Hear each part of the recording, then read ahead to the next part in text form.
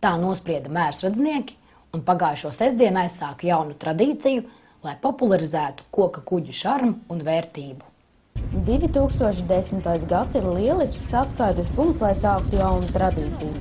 Tā nolēma Mērsraga jahtu centrs un jahtu servis, tāpēc burāšanas sezonu šogad noslēdzas ar koka kuģu festivālu. Ar ko mēs sliktāk par Austrāliju, mums arī ir festivāls. Šogad, tas ir skaļi teikts. Šogad mēs tikai iepazīstamies. Sestdien līcī viļņu augstums sasniedza 2 metrus, bet jūrā pat 4. Tāpēc no 12 jahtām, kas bija pieteikušās festivālam, varonīgi ieradās tikai 5. Pārējie kapteiņi un burāšanas entuziasti ieradās ar sauszemes transportu. Kā man saka, draugs Uldis no Valtera Ragostas, kaimiņš, tiekam putniņu galvā. Un te tagad visi tie ir sanākuši.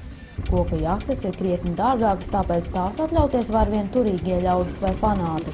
Ārzemēs tās jau atgriežas apritē, un mērsradznieki cer, ka reiz tās novērtēs arī Latvijā. Jebkurš jūrā gājējs vai burātājs, kam ir bijusi saskara ar koka klasiskām vai mazāk klasiskām jahtām, saprot, ko nozīmē uzturēt, remontēt un būvēt šādas tipu jahtas. Mērsradznieki jau no paudzes paudzē bijuši zvejnieki, burātāji un tālbraucēji kapteiņi. Tāpēc piekrastes ļaudis zina koka jahtu patieso vērtību.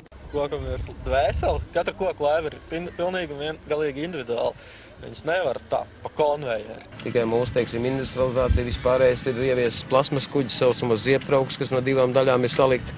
Un tur jau nav ne maiguma, ne veselības, tā plasmas jau nekad neizžūst. Vietējie entuziasti vēl turpina darbu pie senā kaprī, bet sestdien interesanti varēja novērtēt Sijā Jahtlanda 6 gadu ilgo darbu. 6 gadu laikā jums nebrīd negribējās mest pie malas to? To gribās diezgan bieži, vismaz 2 reizes mēnesī.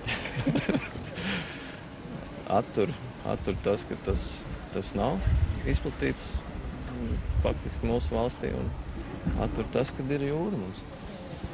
Mēs varam burāt. Līdz ar jauno festivālu Mērsragā iedibināta vēl viena jauna tradīcija – skaistākā un laimīgākā kuģa noteikšana. Speciāli tām pat tapušas piemiņas balvas. Es atturēšos no prognozēm. Man patīk visas. Patīk aina, kas ir maziņa, un vienkārši laiva, kas varētu dabūt šo balvu. Patīk Polaris, kas ir atkal liels ar 2 mastiem, iespaidīgs. Tāpat arī ļoti skaists ir šis ar amerikāņu karogu. Visvairāk skatītāju balsis saņēma un par skaistāko laivu atzīta Aina, bet izlozē par laimīgāko jahtu kļuva Palada. Sanita Liepiņa, Kaspars Zvirgzdiņš, Talsu televīzija.